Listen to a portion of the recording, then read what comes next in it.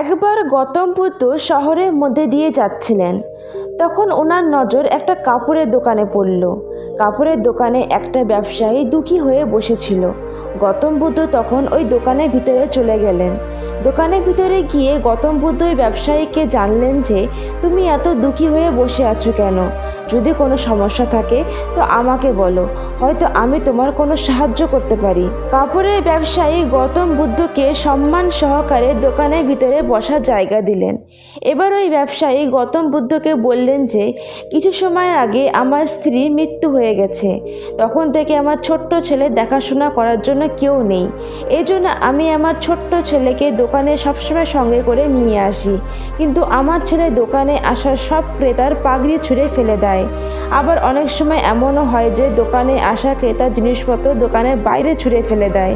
আমি সব রকমভাবে আমার ছেলেকে বোঝানোর চেষ্টা করেছি, কিন্তু বুঝতে রাজি হচ্ছে না। ওর এইসব আচরণের জন্য ক্রেতারা নিজেকে অপমানিত মনে করে কাপড় না কিনে ফিরে চলে যায়। এই জন্য আমার ব্যবসা খুব খারাপ পরিস্থিতিতে আছে।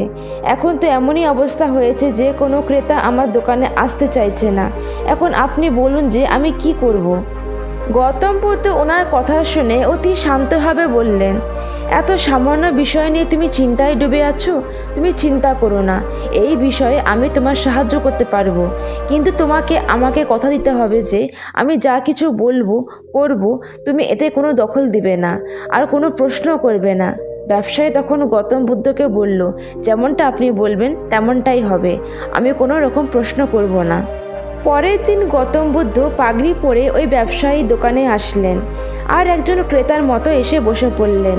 তখনই ব্যবসায়ী ছোট্ট ছেলেটি দোকানে এসে গৌতম বুদ্ধের পাগড়ি মাথা থেকে নামিয়ে ছুঁড়ে ফেলে দিল। গৌতম বুদ্ধ হাসলেন আর ছোট্ট ছেলেটিকে বললেন, বাহ, বেশ, খুব ভালো, এবার যাও আর এই পাগড়িটি উঠিয়ে নিয়ে এসো। ছোট্ট ছেলেটি দৌড়িয়ে গেল আর পাগড়িটি এনে বুদ্ধকে ধরিয়ে দিল। পরের দিন আবার গৌতম বুদ্ধ ওই ব্যবসায়ী দোকানে গেলেন। এবার উনি সঙ্গে একটি লাঠি আর কুঠার নিয়ে গেলেন। ছোট্ট ছেলেটি আবার গৌতম বুদ্ধের পাগড়ি ছুঁড়ে ফেলে দিল।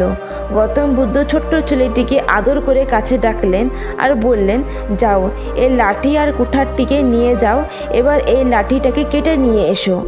ছোট্ট ছেলেটি লাঠি আর কুঠার নিয়ে বাইরে চলে গেল। ব্যবসায়ী এটা দেখে একটু ভয় পেলেন। সে ভাবল যে ওর ছেলের আঘাত না লেগে যায়, কিন্তু ব্যবসায়ী বুদ্ধকে দেওয়া কথা মনে ছিল।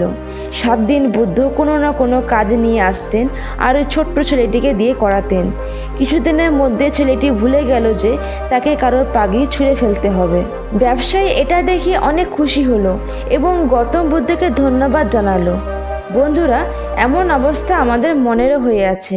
যদি আমরা আমাদের মনকে নিজের হিসাব মতো কাজ না করাই, তো মন নিজের ইচ্ছা অনুযায়ী কাজ করবে। গৌতম বুদ্ধের সঙ্গে দেখা হওয়ার পূর্বে ওই ছোট্ট বাচ্চাটির মন আর মস্তিষ্ক অনিয়ন্ত্রিত হয়ে কাজ করছিল, কিন্তু গৌতম বুদ্ধ ওই বাচ্চাটিকে দিয়ে এত কাজ করালো যে আস্তে আস্তে অভ্যাস হয়ে গেল আর ওর মন বুঝে গেল যে আমি আর অনিয়ন্ত্রিত হয়ে কাজ করতে পারবো না।